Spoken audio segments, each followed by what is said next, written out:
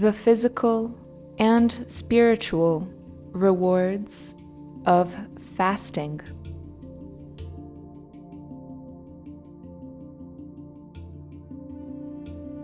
Lecture by Paramahansa Yogananda in March 9th, 1939.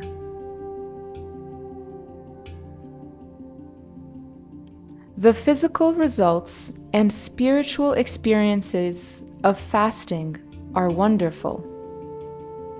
The spirit within becomes disassociated from the demands of the body, as the body itself is freed from gross habits.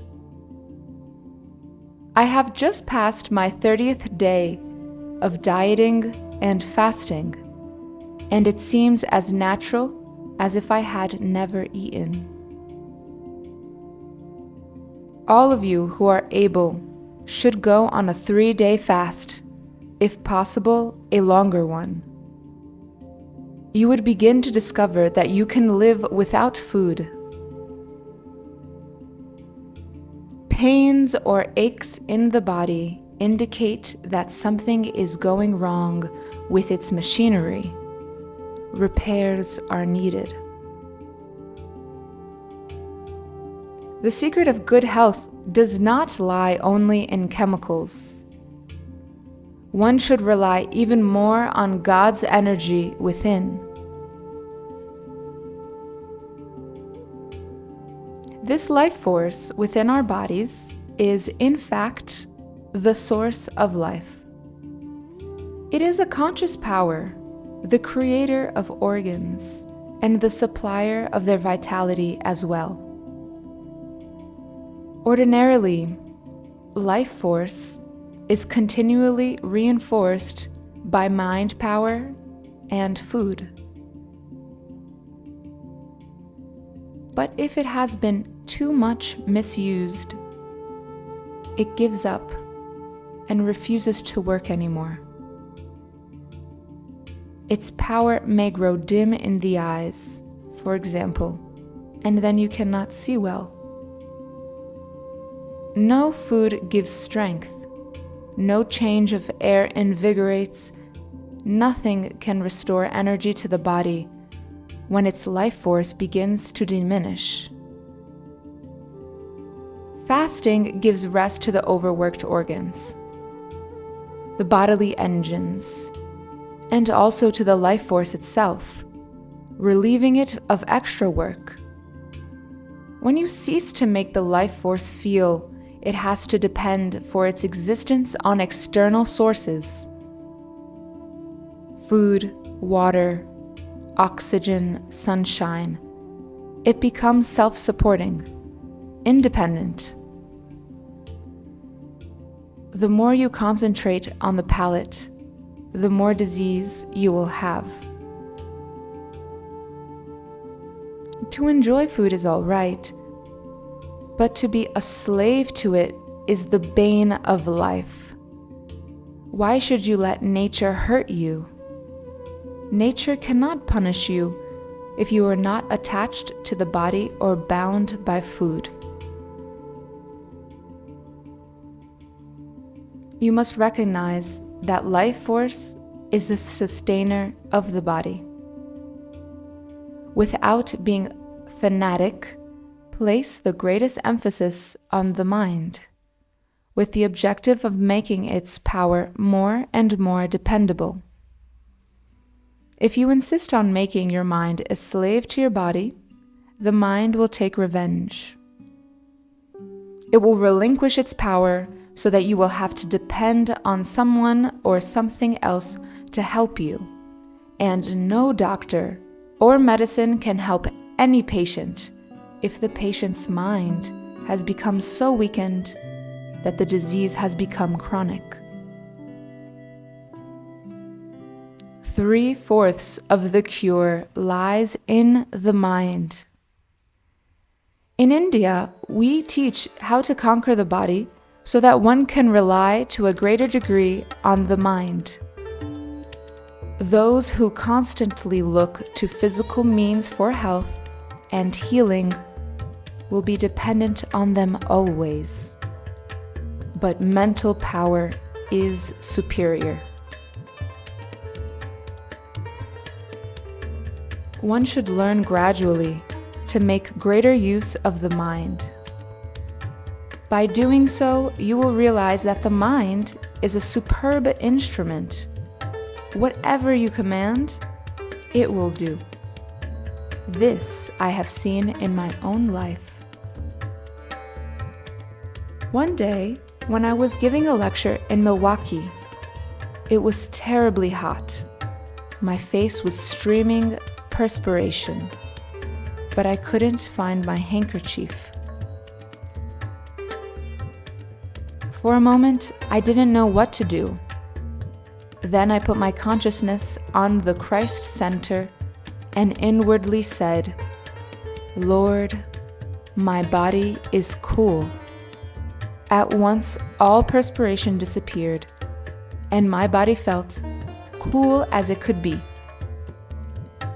So it is good to try to depend more on the mind.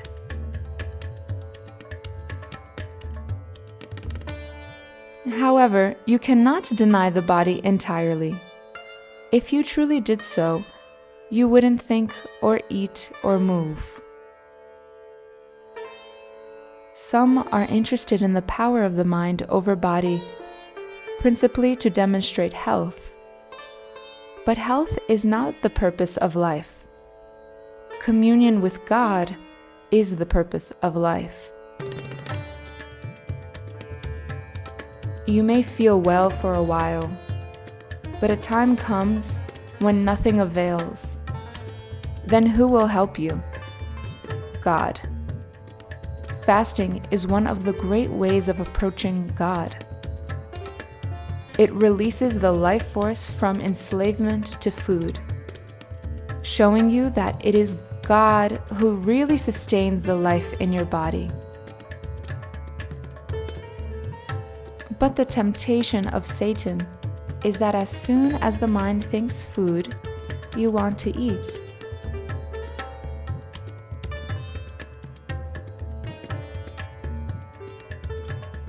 Self-control, the sanest way to health and happiness. But in truth, the only way to health and happiness, and the sanest way, is self-control. To be master of yourself, so that you are not overpowered by your senses, is one of the greatest blessings you can have. If you overload a wiring system with too much electricity, it burns out. And every time you load your digestive system with too much food, the life force burns out. When you refrain from overeating and when you fast, the life force takes rest and becomes recharged. The physical effects of fasting are remarkable. A fast of 3 days on orange juice will repair the body temporarily, but a long fast will completely overhaul it. Your body will feel as strong as steel. But if you want a permanent overhaul, then you must also watch at all times what and how much food you take into your body. Know the right way to fast. In fasting, you must know what to do. That is why proper supervision is necessary for a fast longer than 3 days.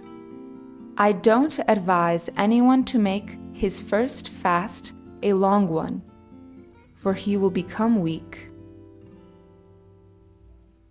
A 1-day fast on fruit each week, or a 3-day fast on orange juice each month, are good ways to accustom oneself to fasting. The faster must be mentally prepared for those who will immediately begin to sympathize and tell him that he will become sick and die if he doesn't eat. It is true that on a longer fast you may feel weak during the first few days, because the life force has been accustomed to dependence on food. But gradually, as the days pass, you will no longer feel any weakness. Your life force and spirit become detached from food. You see that the body is sustained by life force alone. I know the secret by which one can fast and still not lose weight. The life force, when under one's conscious control, may be utilized to take off flesh or to keep the body at a normal weight. Either way, it is effective. When this principle is applied, the normal temperature of the body does not go down, no matter how long one fasts. Drawing energy from the medulla, the mouth of God, the life force begins to rely more and more on its innate regenerative power instead of depending on outside sources. Life is eternal. It depends not on breath, nor on food, water, or sunshine. Remember always that you are the imperishable spirit. This is the way to live.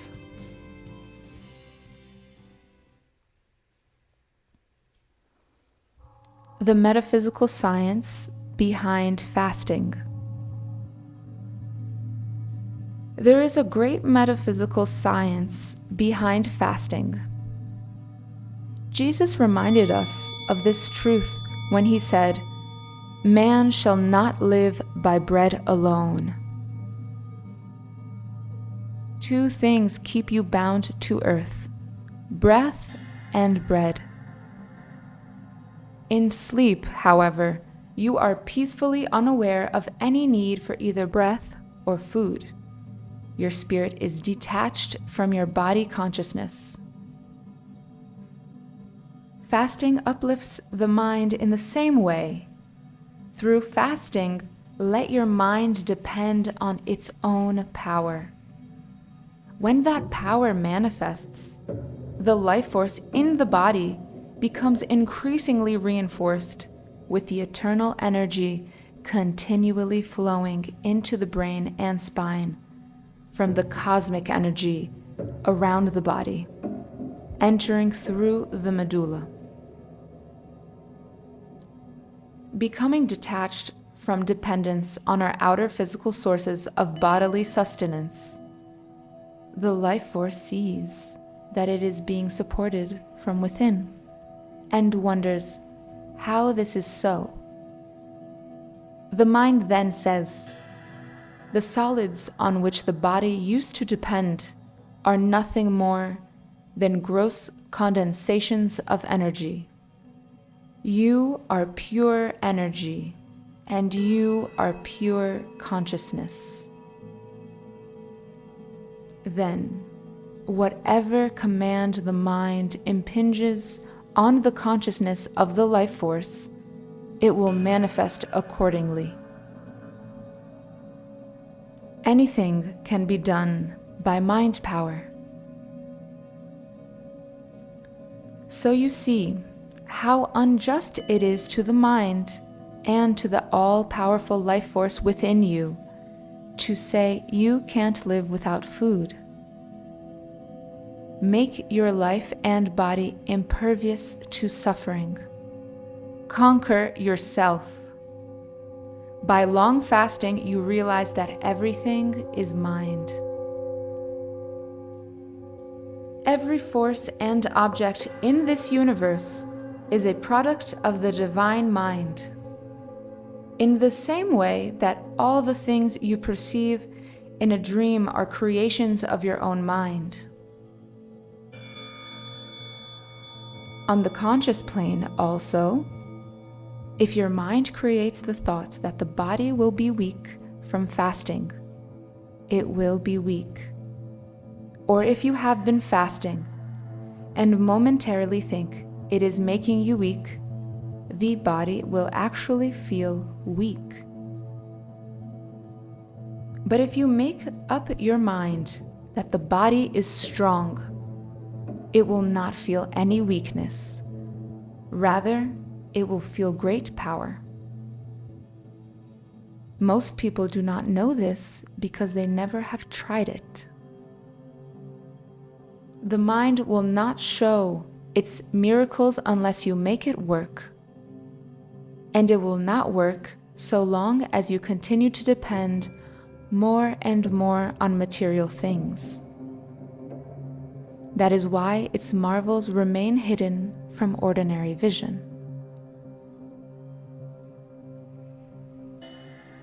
But when, through fasting, you learn how to depend on the mind, it will work in everything, whether conquering disease, or creating prosperity, or realizing the supreme goal of life, finding God.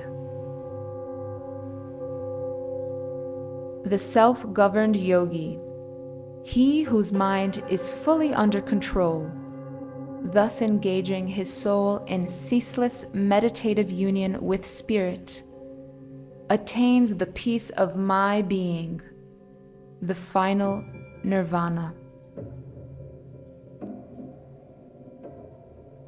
Excerpts from the book Man's Eternal Quest by Paramahansa Yogananda.